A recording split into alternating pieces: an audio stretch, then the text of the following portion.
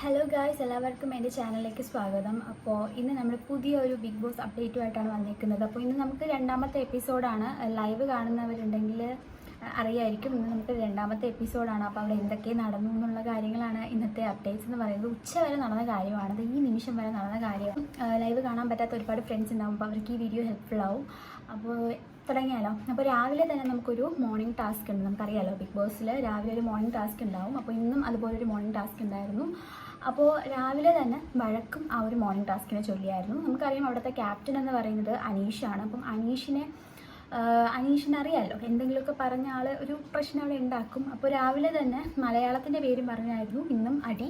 അപ്പോൾ ഇന്നലത്തെ കണ്ടിന്യൂഷൻ പോലെ തന്നെ ഇന്നലെയും മലയാളത്തിൻ്റെ പേരും പറഞ്ഞ് കുറച്ച് നേരം അടി ഉണ്ടായിരുന്നു. അതേപോലെ തന്നെ ഇന്നും മോർണിംഗിൽ തന്നെ ആ ടാസ്ക് കുളവാക്കിക്കൊണ്ട് രാവിലെ തന്നെ ഒരു പ്രശ്നം ഉണ്ടായി. അതായത് സുപ്രഭാതം, അതായത് ഗുഡ് മോർണിംഗിന് ആൾ സുപ്രഭാതം എന്ന് പറഞ്ഞു. അങ്ങനെ അവിടെ മലയാളവും ഇംഗ്ലീഷും കൂടെ ഭയങ്കര അടിയായി, എല്ലാവരും കൂടെ ഭയങ്കരമായിട്ട് പ്രശ്നങ്ങളായി.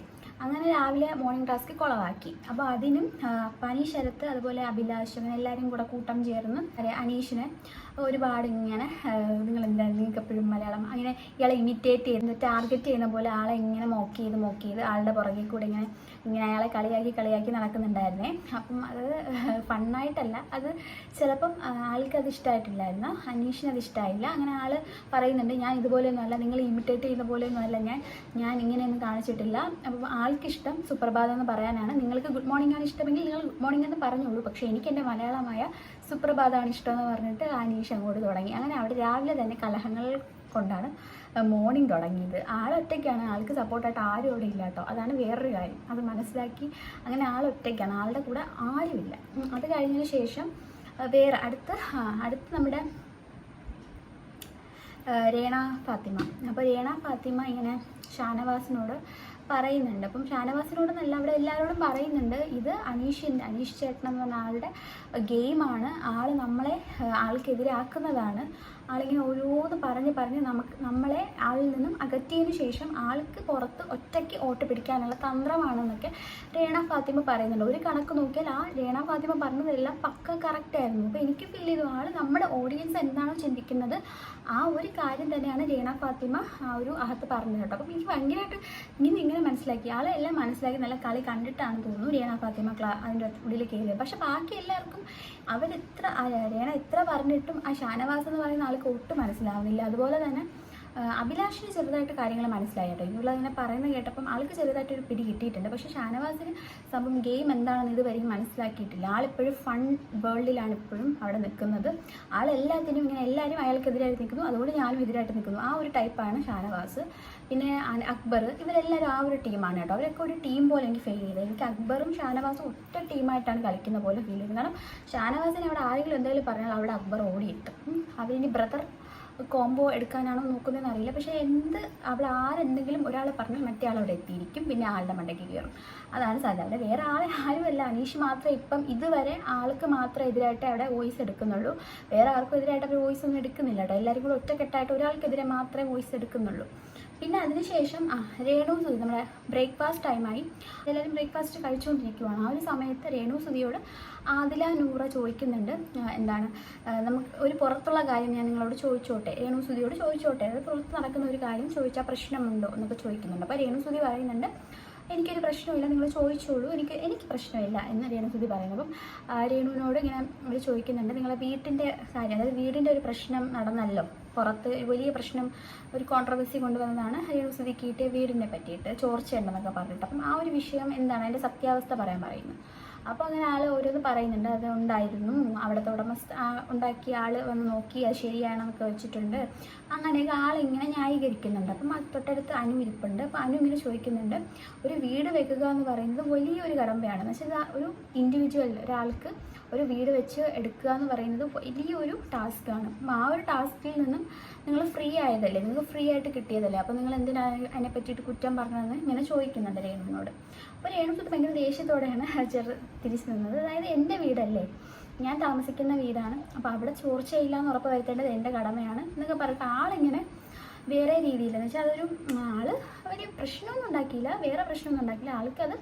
ആളത് പറയുന്നുണ്ട്, ഞാൻ താമസിച്ച വീടാണ്, ഞാൻ താമസിക്കുന്ന വീടാണ്, അപ്പോൾ അവിടുത്തെ കാര്യമൊക്കെ എനിക്കല്ലേ അറിയാമോ, അപ്പോൾ എനിക്ക് പറയണ്ടേ എന്നൊക്കെ പറഞ്ഞിട്ട് രേണു സുധിയുടെ അവർ അങ്ങനെ അവിടെ ഒരു ചെറിയൊരു പ്രശ്നം നടക്കുന്നുണ്ട്. പിന്നെ അത് പ്രശ്നം അങ്ങ് സോൾവ് ആയി പോയി, വേറെ വലിയൊരു പ്രശ്നത്തിലോട്ട് പോയില്ല, അവിടെ വെച്ച് തന്നെ സോൾവ് ആക്കിയിട്ടുണ്ടായിരുന്നു. പിന്നെ അത് കഴിഞ്ഞ് നടന്നത് ആദില നൂറയും അനീഷും തമ്മിൽ ഈ ഒരു വലിയൊരു വഴക്കുണ്ടായി കേട്ടോ. അപ്പം അതെന്താണെന്ന് വെച്ച് കഴിഞ്ഞാൽ അനീഷ് ഒന്ന് ചോദിക്കുന്നുണ്ട് അവരോട്, നിങ്ങൾ രണ്ടുപേരുടെയും ഒപ്പീനിയൻ അതായത് അനീഷ് രണ്ടായിട്ടായിരിക്കും എടുക്കുന്നത്. അതായത് ഒരാളുടെ ഇഷ്ടം രണ്ടുപേർക്കും രണ്ട് ഇഷ്ടമായിരിക്കുമല്ലോ, രണ്ട് മനുഷ്യരല്ലേ, അപ്പോൾ രണ്ടുപേർക്കും രണ്ട് ഇഷ്ടമായിരിക്കുമല്ലോ. അപ്പോൾ എത്രയൊക്കെ പറഞ്ഞാലും ഒരു കണ്ടസ്റ്റൻ്റ് എന്ന് പറഞ്ഞാലും ഇവർ രണ്ടുപേരും ഒരു കണ്ടസ്റ്റൻ്റായിട്ടാണ് എടുക്കുന്നത്. അപ്പം എത്രയൊക്കെ അങ്ങനെ പറഞ്ഞാലും നിങ്ങൾക്ക് രണ്ടുപേർക്കും രണ്ട് അഭിപ്രായം ഉണ്ടാവും.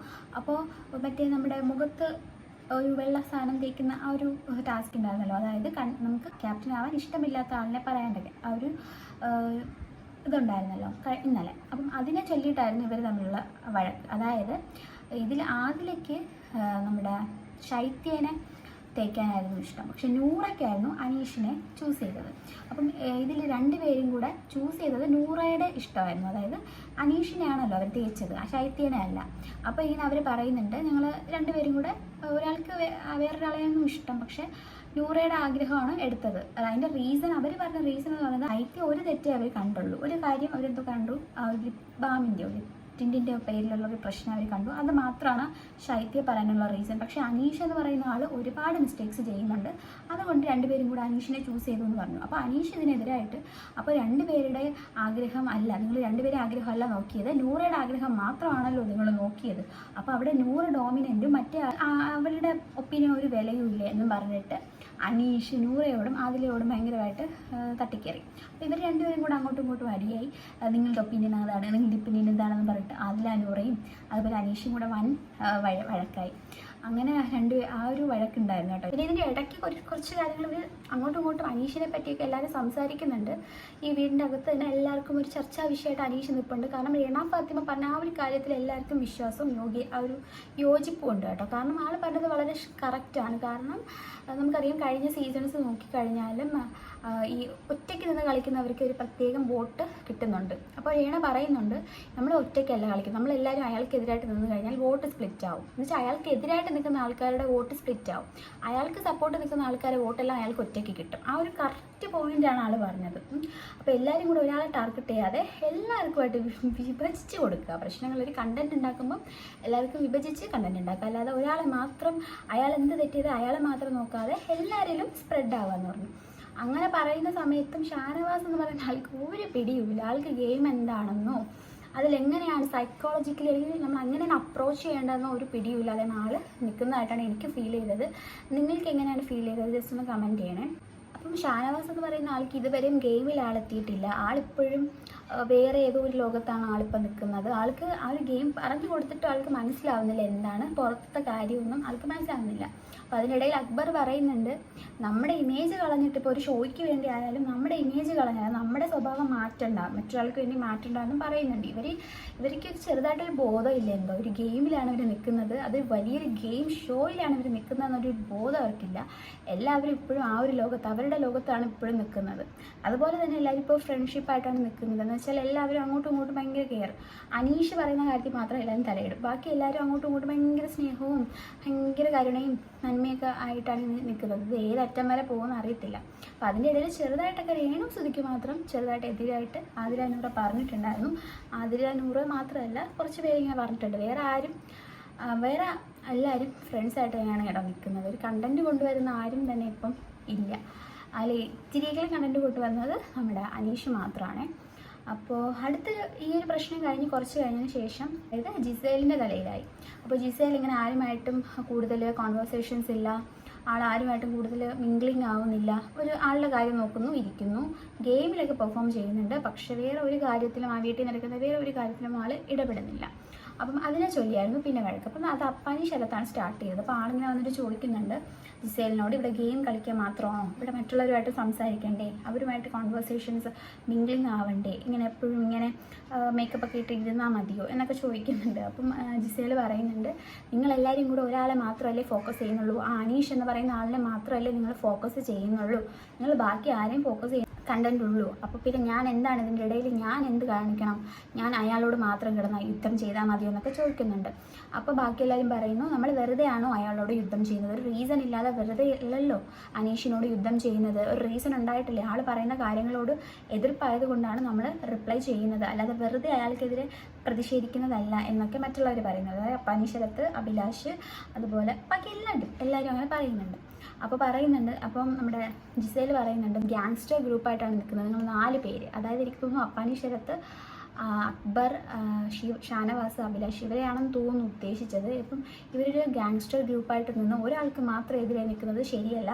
കണ്ടന്റ് എന്ന് പറയുമ്പോൾ എല്ലാവരും ഇതിൽ വരണം, അല്ലാതെ ഒരാൾക്ക് മാത്രം എതിരായിട്ട് പറയുമ്പോൾ ഞാൻ എന്ത് ഇടപെടണം? നിങ്ങൾ എല്ലാവരും കിടന്ന് പറയുമ്പോൾ അതിൻ്റെ ഇടയിൽ കൂടെ വന്ന് ഞാനും പറയണോ എന്നൊക്കെ ജിസേൽ ചോദിക്കുന്നുണ്ട്. വളരെ ന്യായമായിട്ടുള്ളൊരു ചോദ്യമാണ്. കാരണം അവിടുത്തെ ഒരു കണ്ടന്റ് മാത്രമേ ഉള്ളൂ, അനീഷ് മാത്രമേ ഉള്ളൂ, വേറെ ആർക്കും അവിടെ ഒരു കണ്ടന്റ് ഇല്ല. അപ്പം അങ്ങനെ പോകുന്നത് കൊണ്ടായിരിക്കും വേറെ ഇതില്ലാത്തത്. അപ്പോൾ എന്തായാലും നമുക്ക് ഇനി നോക്കാം, ഇനി എന്താണ് അവിടെ, ഇനി എന്തെങ്കിലും അടിയോ ഇടിയോ ഒക്കെ നടക്കുമോ എന്നൊരു സംശയമുണ്ട്.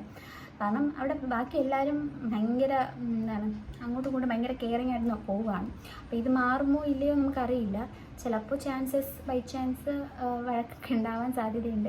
അപ്പോൾ ഇങ്ങനെയാണ് ഗെയിം പോകുന്നതെങ്കിൽ ഭയങ്കര ബോറിംഗ് ആയിരിക്കും. കാരണം ഒരാളെ മാത്രം കുറ്റം പറഞ്ഞ് എത്ര നേരം അവിടെ ഇരിക്കും? ഒരാളെ മാത്രം, അതും ഇത്രയും പറഞ്ഞു കൊടുത്തിട്ട് പോലും ആൾക്കാർക്ക് അവരുടെ ഉള്ള കണ്ടസ്റ്റൻസിന് മനസ്സിലാവുന്നില്ല. ഇങ്ങനെ ഒറ്റപ്പെടുത്തരുത്, അത് പുറത്ത് ആൾക്ക് പോസിറ്റീവ് ആകാൻ ചാൻസ് ഉണ്ട്, നമുക്കത് നെഗറ്റീവ് ആവാൻ ചാൻസ് ഉണ്ടെന്ന് ഒരാൾ പറഞ്ഞിട്ട് പോലും അവിടെയുള്ള ഗെയിമേഴ്സിന് അത് മനസ്സിലാവുന്നില്ല എങ്കിൽ പിന്നെ എന്ത് ചെയ്യാൻ പറ്റും? അപ്പോൾ ഇവരൊക്കെ ഗെയിം കളിക്കാനാണോ പോയതാണ് എനിക്ക് സംശയം. പിന്നെ അവിടെ ഒരു നെവിൻ എന്ന് പറയുന്ന ഒരാളുണ്ട്. ആളുടെ ഗെയിമെന്ന് പറയുന്നത് എന്താണ് ആളുടെ ഗെയിമെന്ന് എനിക്ക് ഇതുവരെ മനസ്സിലായില്ല. ഇത്രയ്ക്കും ഗെയിം കളിക്കാത്ത ആൾക്കാരൊക്കെ എന്തിനാണ് ബിഗ് ബോസിൽ എടുത്തതെന്ന് മനസ്സിലാവുന്നില്ല. അപ്പം ആളൊന്നും ഒരു ഗെയിമോ ഒരു സംസാരവും ഇല്ല. ആളൊക്കെ ഇങ്ങനെ കളിച്ച് ചിരിച്ച് നടക്കുവാണ്, അവിടെ ഫണ്ണായിട്ട് നടക്കുവാണ്. അവിടെ ഒരു സീരിയസ്നെസ് ആയിട്ട് ആരും തന്നെ കളിച്ച് തുടങ്ങിയിട്ടില്ല എന്ന് ഞാൻ പറയുന്നത്. അത് ഇത്രയും സീരിയസ്നെസ് എടുക്കുന്നത് അനീഷ് മാത്രമാണ്. ബാക്കി എല്ലാവരും ഉഴപ്പ മട്ടിലാണ് പോകുന്നത് കേട്ടോ. പ്രത്യേകിച്ച് ശൈത്യ, അതുപോലെ ആർജു, വിൻസി, അവരൊന്നും ഒരു ആക്ടിവിറ്റിയും കാണിക്കുന്നതായിട്ട് തോന്നിയിട്ടില്ല. ഇവരെയും ഒരു കാര്യത്തിലും ഇടപെടുന്നതോ ഒരു കാര്യത്തിലും ചെന്ന് ഒരു കണ്ടന്റ് ഉണ്ടാക്കുന്നതോ ആയിട്ട് കണ്ടിട്ടില്ല. എന്ന് വെച്ചാൽ പ്രശ്നങ്ങൾ ഉണ്ടാക്കുക എന്നല്ല, ഒരു അതിൽ ഇടപെടുത്ത് അത് വരുന്നതേ കണ്ടിട്ടില്ല. കുറച്ചെങ്കിലും പെർഫോം ചെയ്യുന്നത് അനീഷ്, അഭിലാഷ്, അതുപോലെ ഷാനവാസ് ഒക്കെ ചെറുതായിട്ട് തുടങ്ങിയിട്ടുണ്ട്. പിന്നെ അക്ബർക്ക് എല്ലാ കാര്യത്തിലും ചെന്ന് ഇടപെടുന്ന കണ്ടിട്ടുണ്ട്. പിന്നെ ഷാരികയ്ക്ക് ചെറുതായിട്ട് ഇപ്പം നമ്മൾ പുറത്ത് കണ്ട പോലെ ഒരു ആക്റ്റീവ് ആയിട്ട് ആളെ അകത്ത് കാണുന്നില്ല. പുറത്ത് നമ്മൾ ആക്റ്റീവായിട്ട് കണ്ട പലരും അകത്ത് പോയപ്പോൾ പൂച്ചക്കുട്ടികളാണ്. പ്രത്യേകിച്ച് രേണു സുധി, ഷാരിക, ആങ്കർ ഷാരികയൊക്കെ പുറത്ത് എന്തൊരു ആക്റ്റീവായിരുന്നു, എന്തൊരു സംസാരമായിരുന്നു. പക്ഷെ അകത്ത് പോയപ്പോൾ എല്ലാവരും ഉമ്മകളായി. അപ്പം അതും നമുക്ക് ഇനി ചിലപ്പോൾ 2 ദിവസം ആയതല്ലേ ഉള്ളൂ, ഇപ്പം ഇനി അങ്ങോട്ട് പോകും തോറും ഒക്കെ ആയി വരുമായിരിക്കും. അപ്പോൾ എന്തായാലും എക്സ്പെക്റ്റ് ചെയ്യാം. നല്ലൊരു ടാസ്ക്കൊക്കെ കൊടുക്കുമ്പോൾ ചിലപ്പോൾ അവിടെ ഇടിയും അടിയൊക്കെ ഉണ്ടാവും. അപ്പോൾ ടാസ്ക്കൊക്കെ തുടങ്ങുമ്പോൾ നമുക്കറിയാം എന്തൊക്കെ സംഭവിക്കുമെന്ന്. അപ്പോൾ ഇനി എന്തെങ്കിലും അപ്ഡേറ്റ്സ് ഉണ്ടെങ്കിൽ ഞാൻ വീഡിയോ ചെയ്യാം കേട്ടോ. അപ്പോൾ ഇത്രയേ ഉള്ളൂ, ഇന്നത്തെ ഉച്ച വരെയുള്ള കാര്യങ്ങൾ ഇത്രയേ ഉള്ളൂ. അപ്പോൾ ബാക്കി ഞാൻ അപ് ടു ഡേറ്റ് ചെയ്തുകൊണ്ടിരിക്കും. അപ്പം ഇതുവരെയും ചാനൽ സബ്സ്ക്രൈബ് ചെയ്യാതാണ് വീഡിയോ കാണുന്നെങ്കിൽ ഒന്ന് സബ്സ്ക്രൈബ് ചെയ്ത് സപ്പോർട്ട് ചെയ്യണം. അതുപോലെ വീഡിയോ ഇഷ്ടമായാലും ലൈക്ക് ചെയ്യാനും നിങ്ങളുടെ ഇഷ്ടപ്പെട്ട കണ്ടൻറ്റിൻ്റെ പേര് കമൻറ്റ് ചെയ്യാനും മടിക്കേണ്ട. അപ്പോൾ